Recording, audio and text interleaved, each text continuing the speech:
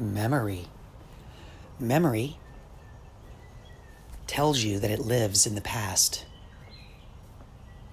It tries to inform you through masks and through what one may call illusion, but it's actually connection. And when you take memory that explains the past, you actually bring it forward into your present moment. And in doing so, that is a type of magic, a conjuring. When access is granted by the answer being provided through a process and a storage unit called memory. Now, the only way to have access to memory is through something called compassion, which is not evidence. Memory is passive, and it must be commanded and called and wished in order for it to return to you. It has to want to be in your presence when you ask, when you wish to use this connection. Another way to look at it would be when you provide waves and ripples in water, you can follow its trajectory, and you can also reverse that through memory, and you can use that same technology to see where its origination point was from. And this is the value of memory, is to discover origination. And through origination, you will have an understanding of its ending, because every thing in life has a blueprint and a structure that reveals itself on all of its seasons of life, if you will, from youth to age to death. And memory and death have a very special relationship. Would you agree? So, with the wakes, they are not the ones that are steering the movement in time through the ripples in which we're cast. Memory will be in the wave, which is a fleeting moment of its origination. It remembers where it came from, but it is not the source itself. Memory is conjured from the past and brought into the present.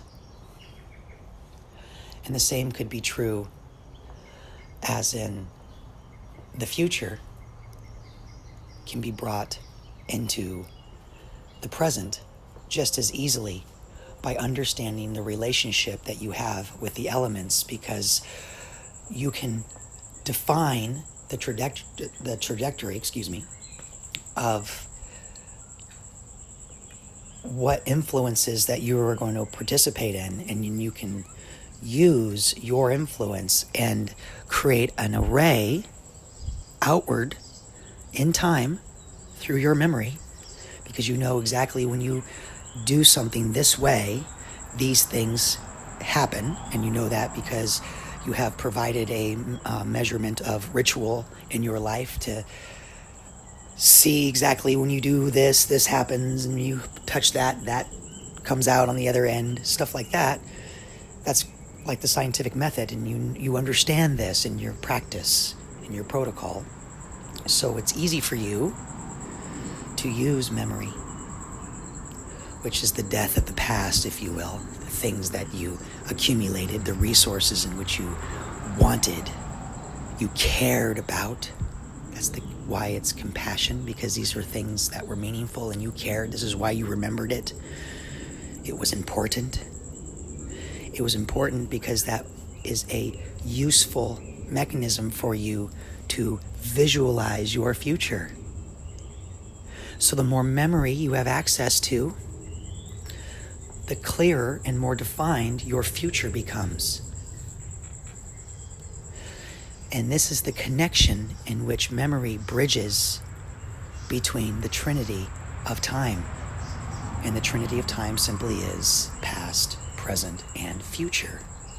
But remember, when you move from the trinity into the elemental, you are now inserting a observational perspective, an experiencer.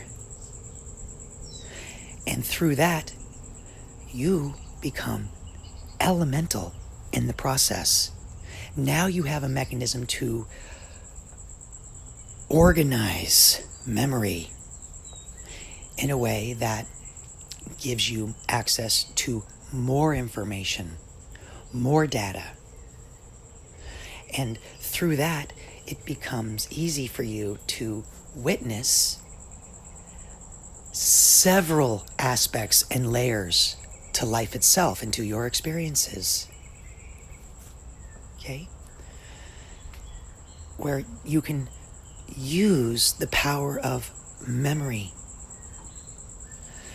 to simply be in the moment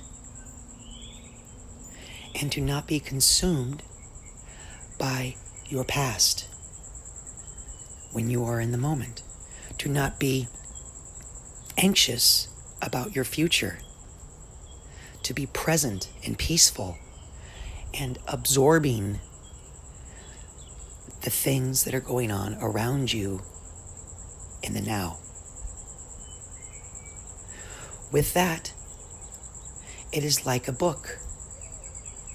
It is like a symphony playing before you, and you will recognize its cadence, you will recognize its harmony, and through that you can predict with